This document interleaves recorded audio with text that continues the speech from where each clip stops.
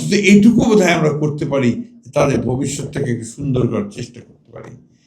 তাহলেই আমাদের সরকারে আসাটা সার্থক হবে, তা নাহলে হবে না বলে মনে করি। প্রত্যেকটি পরিবার অনেক কষ্ট করেছে, করছে এখনো। তাদের ছেলে মেয়েদের ভবিষ্যৎ অনিশ্চিত। আমরা বিভিন্ন জায়গায় বিভিন্ন ভাতা দিচ্ছি, অথচ এই পরিবারগুলোকে, তাদের সন্তানগুলোকে মানুষ করবার জন্যে, বেঁচে থাকবার জন্যে, ভালোভাবে একটু জীবনযাপন করবার জন্যে আমরা এখন পর্যন্ত কিন্তু কোনো উদ্যোগ গ্রহণ করিনি।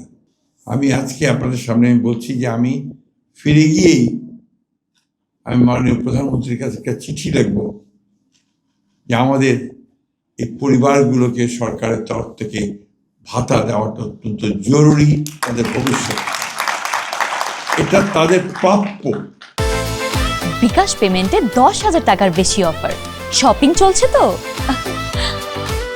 আজকে আমরা নির্বাচন করেছি, কেউ মন্ত্রী হয়েছি, কেউ এমপি হয়েছি, কেউ বড় বড় চাকরি করছি, আমাদের সচিব মহোদয় এখানে আছেন, সবাই আমরা ছবি তৈরি করছি।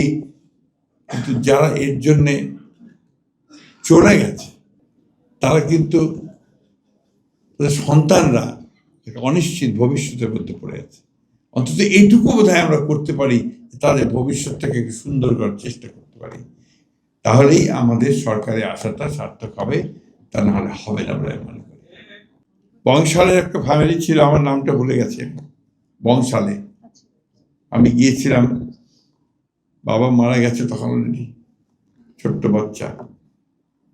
এই পরিবারগুলো কিন্তু অত্যন্ত কষ্ট করেছে, কষ্ট করছে এখন।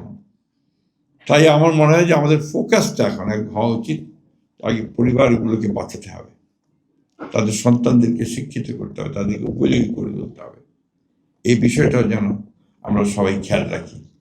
আমি অনুরোধ করব যে তুলি বিষয়টা নিয়েও কথা বলবে, আমরা বলছি, আমি বললাম যে আমি আজকে গিয়েই চিঠি লিখব এবং আশা করি আমাদের মাননীয় প্রধানমন্ত্রী, যিনি আমাদের এই আন্দোলন সংগ্রামের আরেকজন প্রতীক, তিনি এই বিষয়টাকে অত্যন্ত গুরুত্ব সহকারে দেখবেন।